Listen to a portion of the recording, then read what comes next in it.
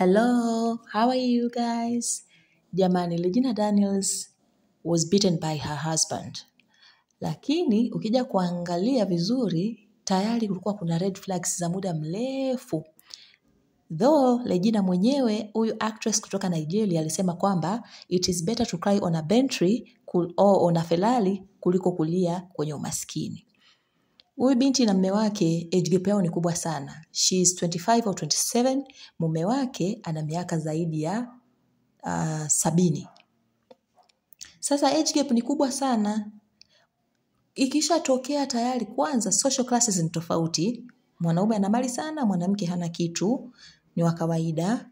Elimu ni tofauti, mwanaume ana elimu kubwa sana, mwanamke hapana, ni actress ambaye sidhani hata kama chuo alisoma kwa sababu ameolewa akiwa na miaka 18. Alafu ukija kwenye umri ni tofauti. Age gap peke yake inaonyesha kabisa kwamba mwanaume atakuwa na experience kubwa ya maisha kuliko huyu binti, lakini pia hata power hawezi kuwa na balance nzuri. Mwanamume lazima atakuwa ni above mwanamke. Huyu mwanaume ni billionaire. Hatumuongelei mtu wa kipato cha chini. He's a billionaire.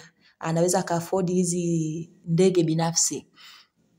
Sasa binti alienda kuolewa pale, tuwe wa kweli tu jamani, tusizunguke. Alienda kuolewa pale akiwa anajua. Yaani tayari there is no balance katika mahusiano yao. Hakuna balance hata ya umri, hakuna balance ya mamlaka, hakuna balance ya kiuchumi. Lazima kuna namna wewe ambaye uko chini utaumia. Huyu binti amepigwa na mume wake.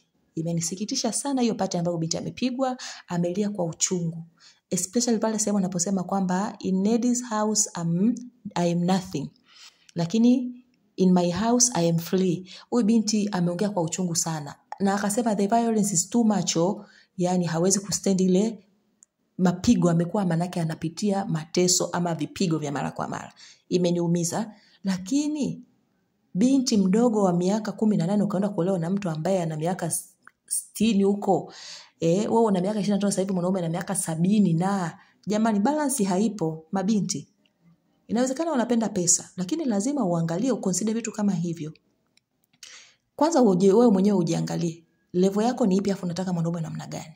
Inawezekana kweli ndio bahati yako, lakini je, will there be a balance? Hakuna balance kabisa kwenye mahusiano yao. Kwa hata hiki ambacho mwanaume amekifanya, kuita wauni wakampiga Regina na kaka yake, ni kwa sababu tayari hakukuwa na balance from the start.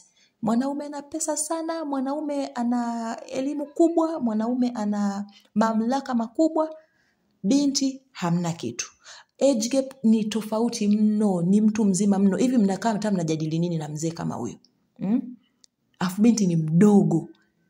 Mnakaa mnajadili nini? Na ndio maana pengine huyu binti hata kama atakuwa ameingia kwenye ulaibu, ni kwa sababu tayari wewe mzee wa miaka zaidi ya 70 na wewe kizazi cha 2000 Gen Z, mnalileti vipi?